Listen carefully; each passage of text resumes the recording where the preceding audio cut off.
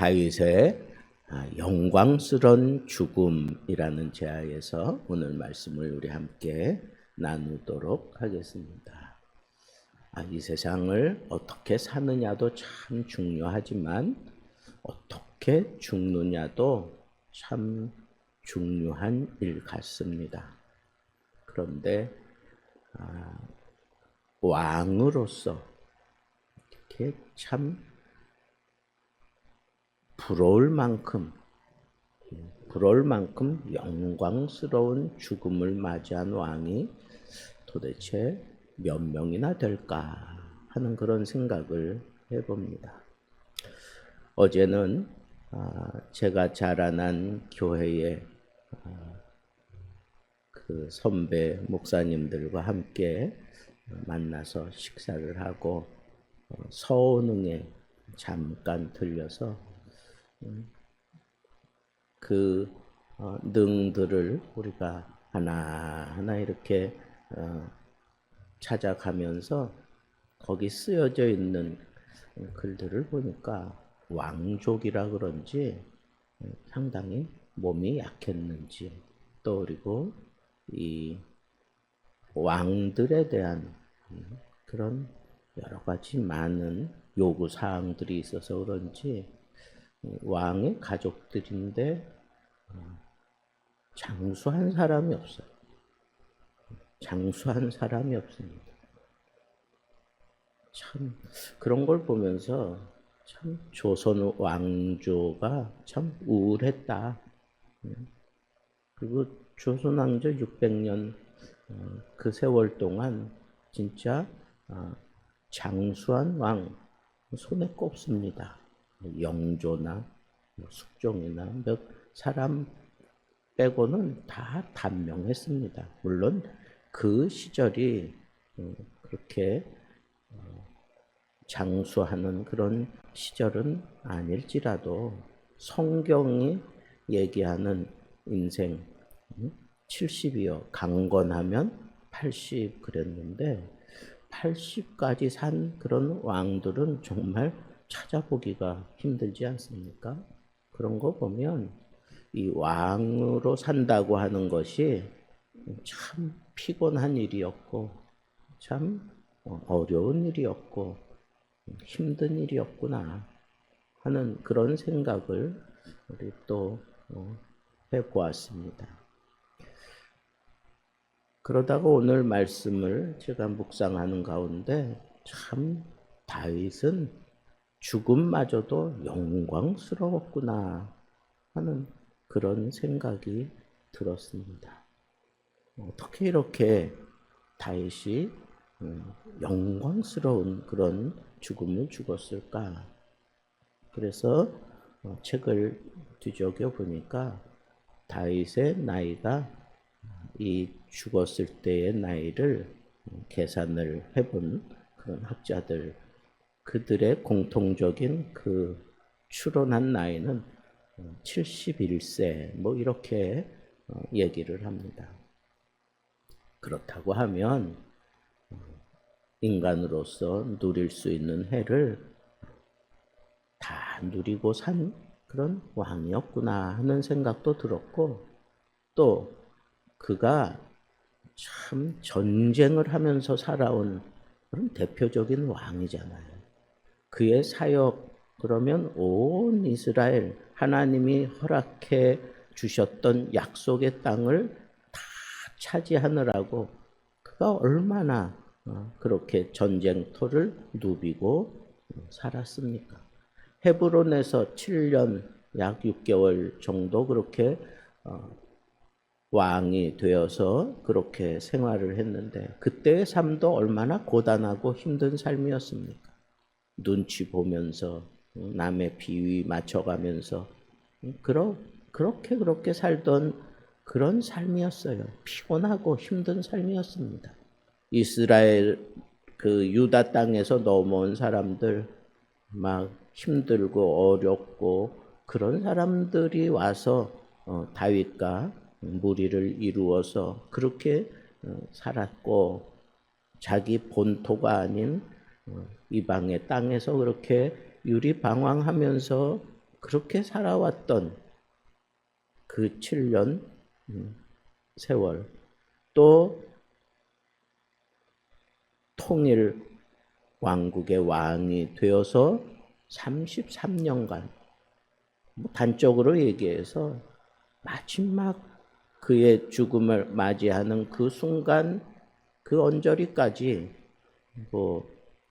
집안의 내우 우환이 끊이지 않았잖아요. 자기 아들에게 쫓겨서 정말 죽을 고비를 넘기고 또 하나님의 은혜로 다시 돌아오게 되고, 또 자신의 치적을 자랑하고 싶어 하다가 또 하나님 앞에 징계를 받기도 하고, 이런 스토리들을 쭉 보면 참 녹록지 않은 그런 삶을 살았습니다. 그의 삶 자체가 그런 삶이었습니다. 이 탄탄한 터전 위에 복을 누리고 영광을 누리며 산 사람은 엄밀히 얘기하면 솔로몬이지 다윗은 아닙니다. 그런데 오늘 본문을 보면 다윗의 이 죽음이 정말 영광스러운 죽음이구나라고 느낄 수밖에 없게 그렇게 기록되어 있습니다. 첫째로 오늘 말씀 서두에 보면 이새의 아들 다윗이 온 이스라엘의 왕이 되었다. 이새의 아들, 이건 조금 조롱하는 그런 투로, 비아냥거리는 투로 그렇게 얘기할 때, 우리가 흔히 얘기하는 나사렛에서 선한 것이 나겠느냐, 이렇게 깔보는 그런 표현처럼 이새의 아들, 이새의 아들이라고 하는 그런 내용이 쓰여질 때에 그 본문의 배경을 보면 다 그렇게 조롱하고 그리고 그렇게 비아냥거리고 그런 투로 등장했던 그런 표현이 이새의 아들입니다. 그런데 나중에는 이 이새의 아들이라고 하는 표현이 온 이스라엘 땅에서 가장 영예로운 호칭이 되어 버렸습니다. 다윗이 이스라엘의 왕이 되어서 성공적인 그런 통치를 하게 됨으로 인해서 이 조롱과 천대를 받던 그 가문이, 그 표현이 영예로운 표현으로 그렇게 바뀌어졌다는 거예요. 이것만 봐도 참 멋지게 살았구나 하는 것을 알 수가 있고, 두 번째는 이스라엘을 다스린 기간이 40년입니다. 40년. 여러분, 그 당시에 통치를 40년씩이나 한 왕들이 그리 많지 않습니다. 그리고 40년 동안 했다 하는 것은 막강한 힘을 가지고 그 나라를 든든한 반석 위에 올려놨다고 하는 그런 표현인 것입니다. 북이스라엘의 왕조도 가만 살펴보면 아주 막강한 오므리 왕조가 있었는데, 그때도 아주 오랜 동안 장수하면서 그렇게 나라를 든든한 반석 위에 올려놨던 것을 볼 수 있는데, 다윗도 그랬다는 거예요. 그가 꿈꾸던 하나님의 나라, 신정 정치, 그거 실현하기 위해서 짧은 기간이었으면 이루지 못했을 겁니다. 그런데 다윗에게는 40년, 엄밀히 얘기하면 40년 7개월 정도 됩니다. 그 오랜 기간 동안 하나님이 다윗과 함께 하면서 승승장구하며 그 나라를 반석 위에 올려 놓았던 인물이 바로 다윗입니다. 그래서 이 40년 통치, 이건 정말 왕으로서 자랑스러운 통치잖아요.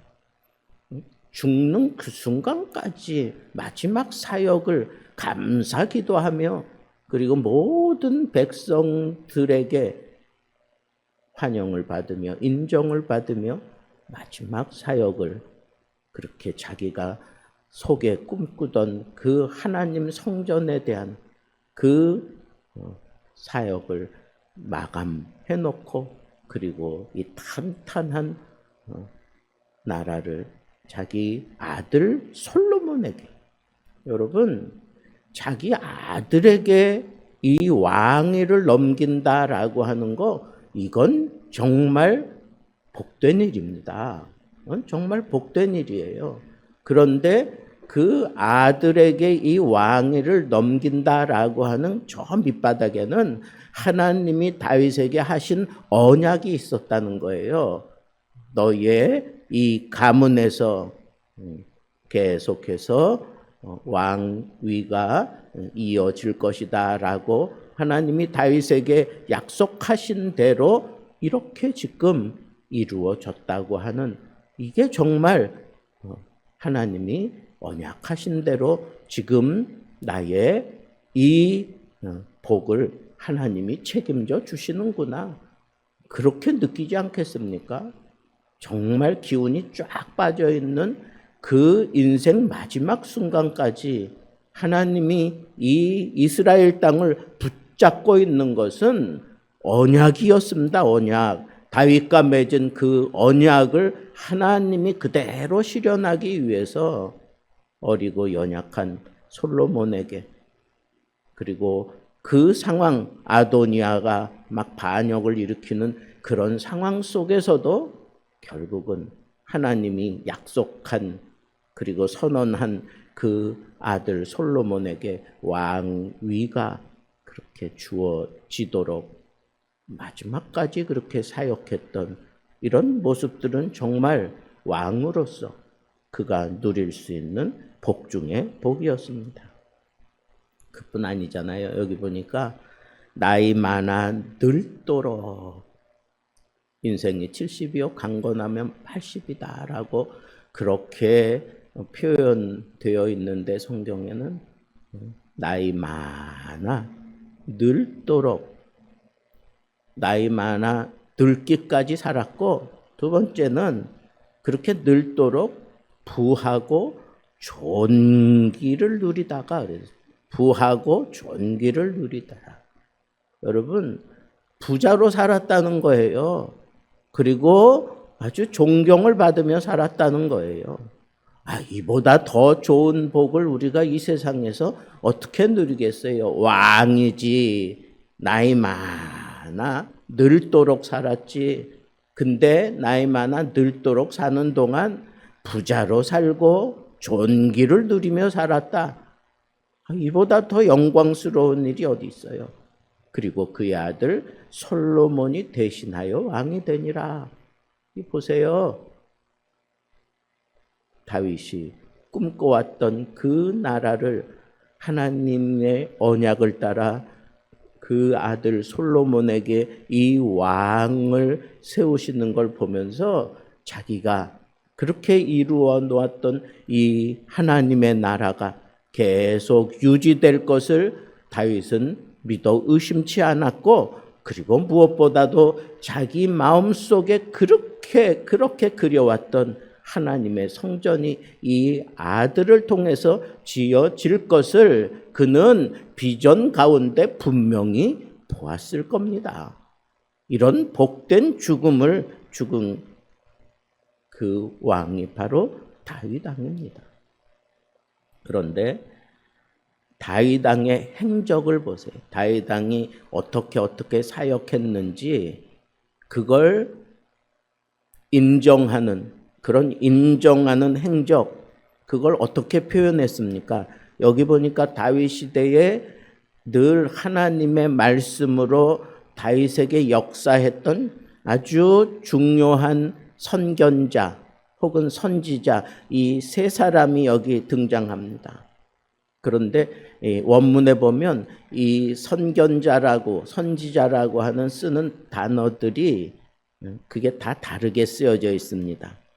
그래서 이 사무엘은, 이 사무엘 선지자 그랬을 때 쓰는 그 단어는 그 하나님의 말씀에 대해서 어떻게 반응을 했느냐. 또 나단 선지자는 이 나비라고 하는 그런 단어를 썼는데 이 단어는 막 선포한다 뭐 그런 뜻이잖아요. 우리가 잘 아는 대로 다윗이 은밀히 자기 죄악을 숨기고 있을 때 나단 선지자가 곧바로 들어가서 아주 책망을 하잖아요. 아주 선포를 하잖아요. 왜 이렇게 살았느냐고 하나님의 말씀을 불같이 쏟아내잖아요. 그런 선지자가 다윗 곁에 있었다는 거예요. 그리고 하나님의 말씀을 보는 선지자가 있었고 그런 표현을 했습니다. 하나님의 말씀을 깨달아 아는 선지자가 있었다 그랬습니다.